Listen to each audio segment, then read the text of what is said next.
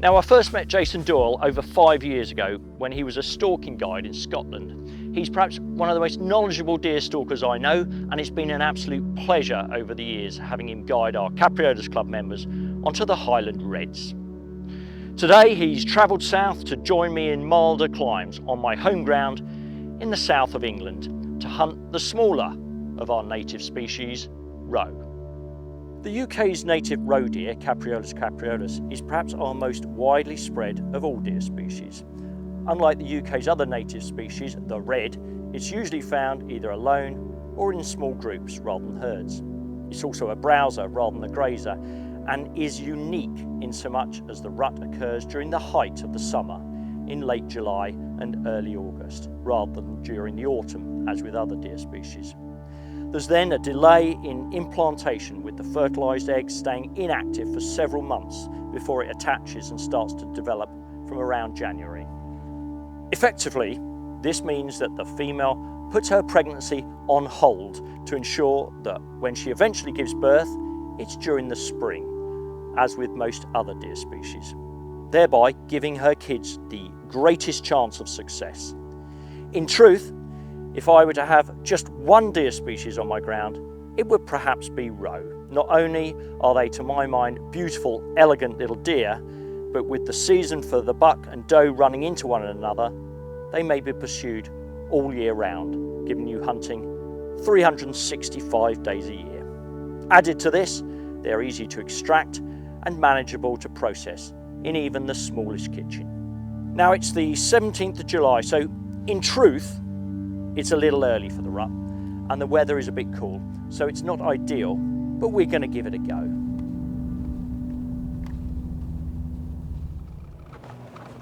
Right, well, what we'll do, Jason, is we're going to come along. There's a farm just up here on the right, which I want to get to first of all. We're equally likely probably to see fallow, roe and muntjac, but obviously it's roebuck that we're after today. There's a muntjac on the corner of the wood. Yeah. It's right there. This is great.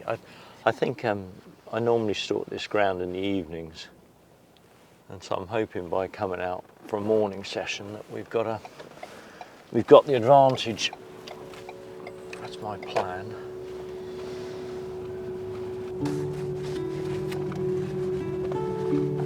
There's a deer right beside us, right beside the road.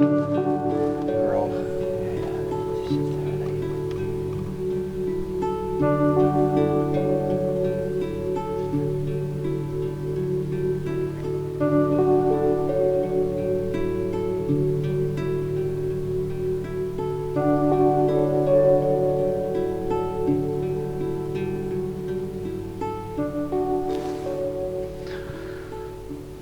So it's always worth it this time of year. When you've got a doe and a kid there like that, you can see the kid's getting quite mature, it's getting a bit bigger now. But it's always worth scanning the nearby hedgerows and long grass, because the buck's never going to be too far away. The rut's just round the corner in maybe another week, another few days. So he may well be just sitting up, biding his time. She's fairly intently looking off to her left, isn't she? Like she's seen something that we haven't.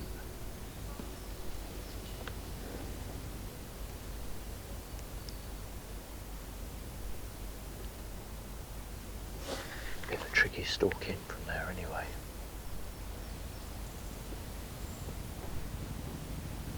Beautiful there. Yeah.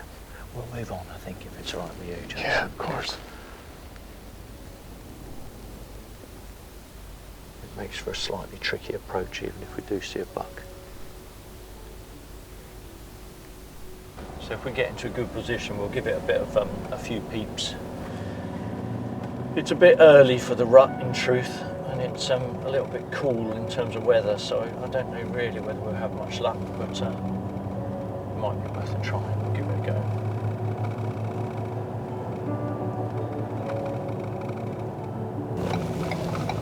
Right, we'll do this patch up here, which is a bit of a favourite.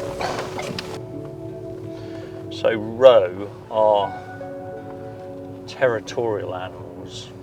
I'm not telling you, Jason, I know you know this, mate. I'm just, they're territorial animals, and so when you've seen one in a particular area, say this patch down here on our right, you can almost guarantee that he'll still be there time and time again. And so what we had down here a little while ago was quite an interesting freak head. Look, we've got more deer out here in the field. Let me go up a bit. Yeah, we had quite an interesting freak head, and I've no doubt he's going to be there somewhere. So I haven't got my binoculars up. Pheasants. They are pheasants, aren't they? The pheasant deer. And a red kite. The red kite, yeah. A couple of kites. Oh, good. We'll park up here as we were planning. Yeah, look, two down there on the hedge line. Yeah, this one just here. Unbelievable amount of deer today. Look at that. I just don't get out. There's a muntjac and 2 roe.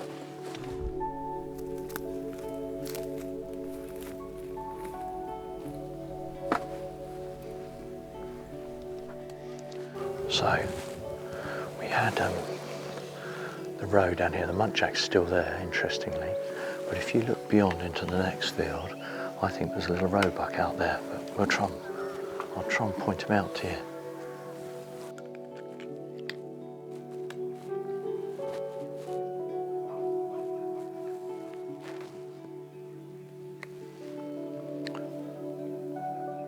Right, so Jason, I think what we'll do, mate, we're going to hop over the fence here. We'll ignore that little muntjac because it's not the focus of today. And then, so I'm pretty damn sure there'll be a buck out in that field there, but he's just literally just behind the hedge.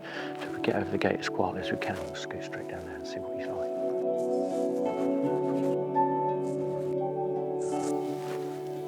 Jason.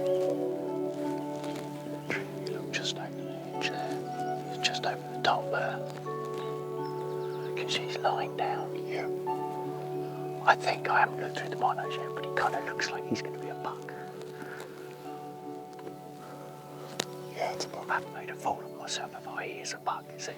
Yeah.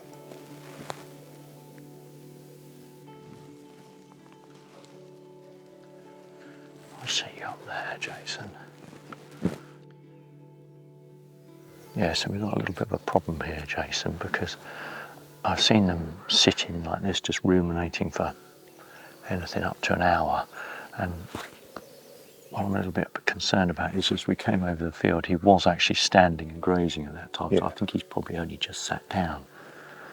And we could easily find that he soaks up maybe 45 minutes of our time while we just sit and watch him. And there may be other deer that are a little bit more obliging. So I think what we'll do is we'll just leave him be and go and have a little look for another animal.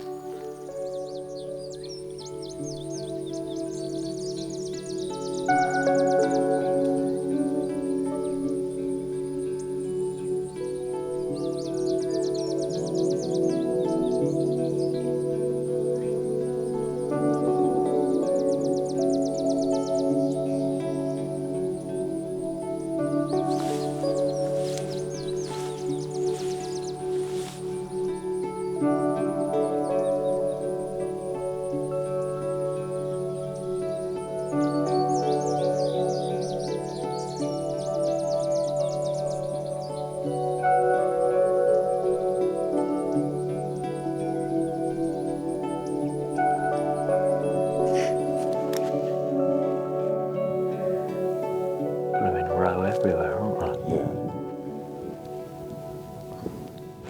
Just the bucks, yeah, just before the rut, they're just a little bit elusive. They're still trying to put on a bit of body condition, a bit of weight, so they're a lot less active than the females. Not that, look, they've got the doe and the kid over here still watching us. I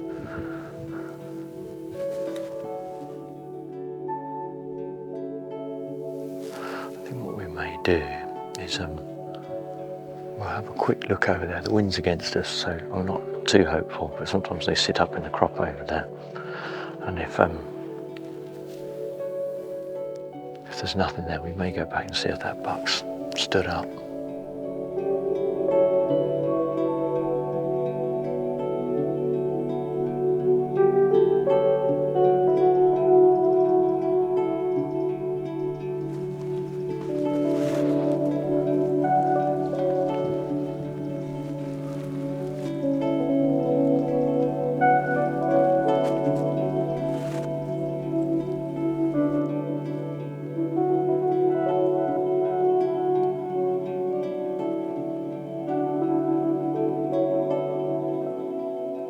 I think what we'll do, if it's all right with you, we'll go back and see if that that roebuck stood up.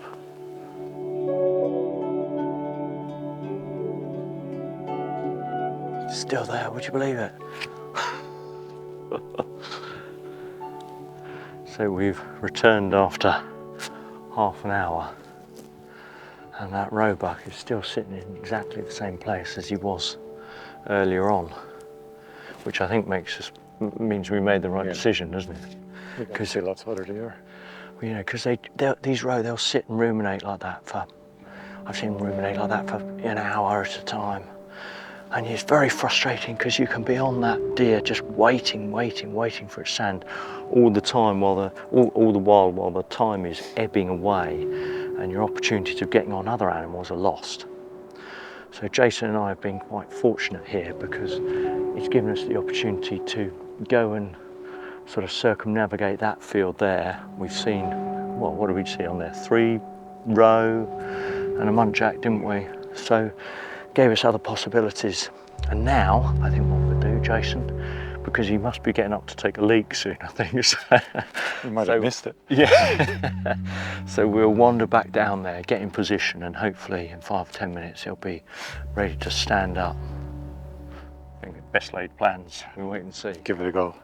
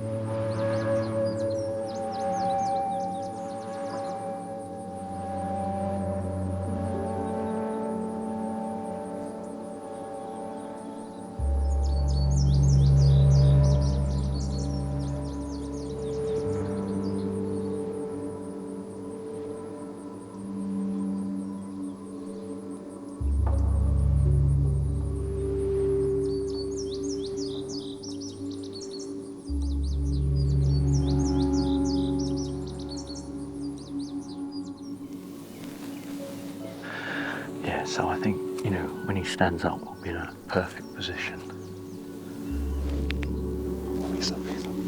So, well, I think if he carries on this trajectory, he's coming down now to, I'd say, where are we at now?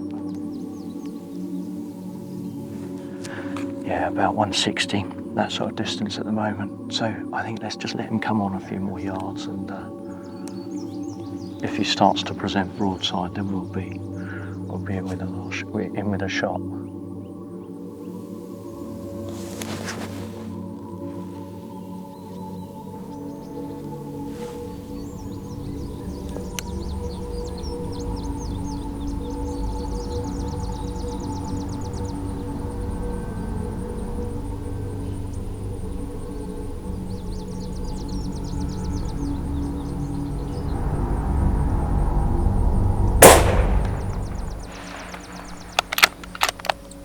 Well done.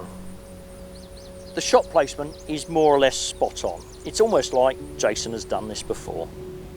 With brow, back and top tines each side and some decent purling, this one is a nice regular 6-pointer. Gone, isn't he? I'll do a cursory eye blink, but he's clearly a dead deer. Well done. Well done, Jason. Good shooting. Thank you. Well done. Congratulations.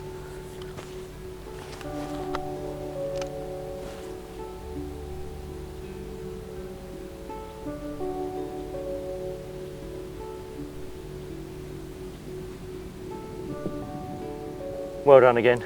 Well done, Jason. Good shooting. Really Good enjoyed shooting. Yeah. quite a pretty little buck actually. He was better than I expected. Yeah, he's got a nice bit of purling on one side and nothing on the other, but he's a beautiful little deer.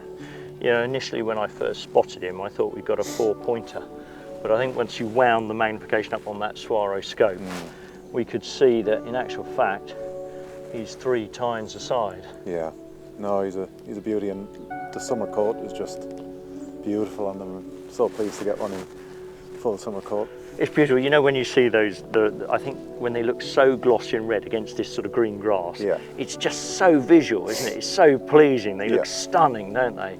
And in truth, on green grass like this, when they're out in the open, they stand out like a mile, don't they? Yeah. No, it was a very exciting experience, and as I say, something I don't have much experience doing, and I think I've probably only shot 2 or 3 roebuck in the summer, summer coat, so to come and do it here in Hampshire is just, well, honestly, Jason, it's a pleasure, because you've guided our Capriolus Club members over on the Reds quite a lot up in Scotland, haven't you? So it's it's an absolute privilege to be able to get you down here on the roebuck instead, which is a little bit out your frame of reference, isn't it? Yeah, I mean it's so different. Obviously, it's much more of a cat and mouse game and stalking and just knowing your ground and knowing where they're going to be, compared to hill stalking, which is basically you're trying to spot them at a mile or a mile and a half and then work into location. But this is much more gentlemanly, I suppose is the word, but no less enjoyable for all its differences. And shot placement, Jason? Yeah, it's a funny one. It was a shot I was ultimately comfortable with when we discussed it, and then just when he turned broadside and you said take the shot now, my adrenaline spiked, which I wasn't really expecting. Buck fever is not something I usually get, but for whatever reason, be it the fact that it's a long time since I've shot a deer with no deer in season in Ireland, or whatever it was, I felt a real spike of excitement, and an unfamiliar rifle as well, and I did pull the shot low, and to be quite honest, I was lucky to get him. It was a fatal shot. I think it's clipped enough arteries under the heart. He died within 20-30 seconds. But if that had been a 200-yard shot, I would have missed. You're probably feeling a bit nervous because you're standing next to a great man like me, Jason. I expect that's what it is.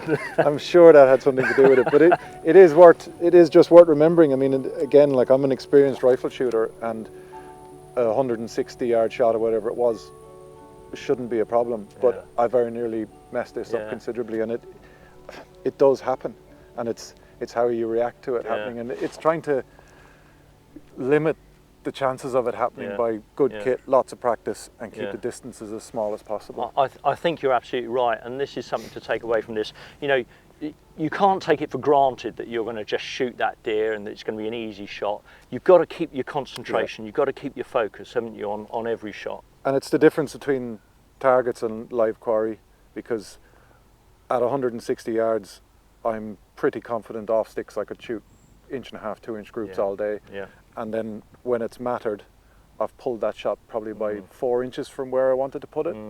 And I've shot hundreds of deer, but you can still very easily make a mistake. Something happens, you make a mistake. And even if you don't make a mistake, a deer can take a step just as you pull the trigger, and then you've got it wrong through no fault of your own, and it can happen. And you hear it all the time, people moan that you should have done this and you should have done that. Mistakes can happen when you're shooting live and I think you're right. You know, as Jason's saying, the thing to do if it doesn't go entirely right is don't panic. I mean, we've been doing this a long time, so we kind of know how to follow up on a deer, but you know, don't panic. Just calm yourself down, just observe the situation and make some good, clear decisions thereafter.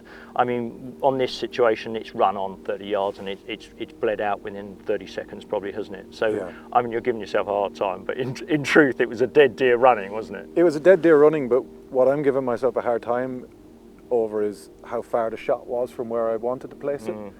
And it could have gone badly wrong, and we could have been looking at a wounded deer. But it's a good reminder to do everything you can to keep the distances small, and go for aim for where you've got the biggest room for error. Which we did there. You said go for a heart lung. If I'd have gone for a neck shot there, I'd have either clipped his windpipe or missed it. Yeah, it's true, isn't it? So I'd rather have, I always say it when people say, oh, well, you should go for the shoulders or the engine room, you lose too much meat.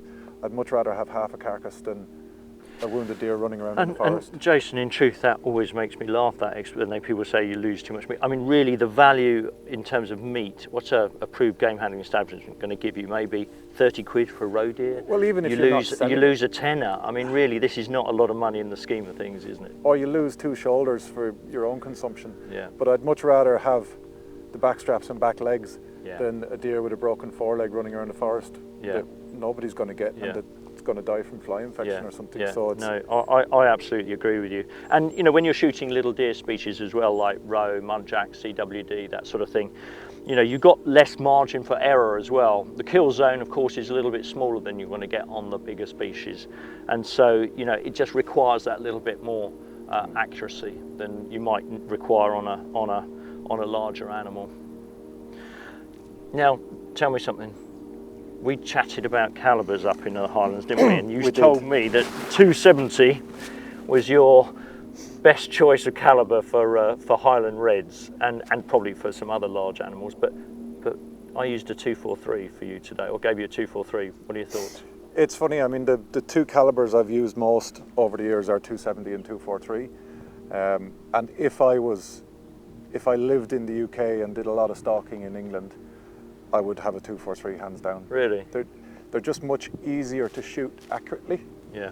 And when you're on this sort of ground, they're a smaller, lighter bullet. They're probably a little bit safer, less chances of wild ricochets and stuff than the bigger bullets. Yeah. And yeah, for me, the main thing is it's a caliber that does everything well for the UK species. Yeah. You think even for the bigger species? Yeah, I think if the conditions are right, you're not dealing with long range, you're not dealing with a lot of wind, you're not dealing with rushes and heather and potentially some obstruction to the bullet. I think a 243 is in the right place is ideal. The thing I like about the 270 on the bigger species and on the hill is it's just a very forgiving caliber. Yeah. If you're dealing with a lot of wind, not that it's better in the wind than some calibers, but if you put the bullet slightly off where you want to put it, it kills deer well. Yeah. Like I always say it to guys who come with 6.5s and 243s, and like the wind is the biggest battle on the hill, and if a bullet drifts back and hits a deer back of the lungs, you do that with a 243, you could be in trouble. Yeah. You do it with a 270 or a 30-06. Just a little bit more forgiving, isn't it? It just, how hard the bullet hits them takes half the running out of them, usually just with the impact. Yeah. Just the shock that it delivers. Yeah, yeah. But obviously, any caliber will kill them in the right place, but I can't do it right every time, as I've proven. Yeah, and it does. It just gives you that slight margin for error, doesn't it? A slightly bigger caliber. But as you say, when you're using bigger calibers, the tendency is to not quite shoot so accurately with them. Yeah, but the tendency is always going to be you're going to have a slight amount of flinch, or some people do. I know if I go above, say, a 30-06, I don't shoot them well, like any of the Magnum calibers. I just don't like the recoil. Let me tell you something. I've just put in for a variation. Well, in fact, it's a renewal of my FAC and a variation. And do you know what the new slot that I've asked for on my FAC is? No. 270. Ah, very good. You won't regret it. Well, I mean, I've always been a 308 fan, as you know, and I've actually put in 6.5 Creedmoor and 270 as an extra couple of additional slots, because personally I think, you know, that 270 is such an iconic caliber. It's so flat shooting, and it still delivers a punch at the end of it. 6.5, the new kid on the block. It's a great round, that Creedmoor, isn't it? I'm not convinced by it, to be honest. I've had 2 different ones, and I know a number of people that have got them for shooting CK in Ireland, and I've always felt that the 6.5 bullet needs to be pushed very fast to expand well and to kill well. I've seen a lot of clients coming with sort of 6.5, 284s, this kind of thing, that do kill well with hand loads. But 6.5, 55, 6.5 Creedmoor, all those, with the heavier bullets, I just don't think that they kill well on Sika. And I've tried it myself. To be quite honest, if I had a 6.5, 55, the 120 grain ballistic tip are superb because they expand fast. but from what I've seen of the Creedmoor, it needs to be hand loaded for, you need a long barrel and you need to keep the speeds up. And there we are, guys. The debate continues to rage. So, yeah. Jason, well done, mate, once Thank you very again. much. Really good to have you down here. Thanks Super. for coming. Thanks for the invite. Cheers. It's been a great morning and an absolute pleasure stalking with Jason there and being able to get him a roebuck. Now, in some important news, I'm pleased to reveal that the PDS Level 2 has just been launched via the Shooting and Hunting Academy. And you can find out more about the PDS Deer Stalking Qualification during a recent podcast called the Outdoor Gibbon, in which I speak with Peter Gibbon about the PDS 1 and 2 and a host of other subjects. But for now, it's 8:30 a.m. and we're going in for some well-earned breakfast. Thanks for watching.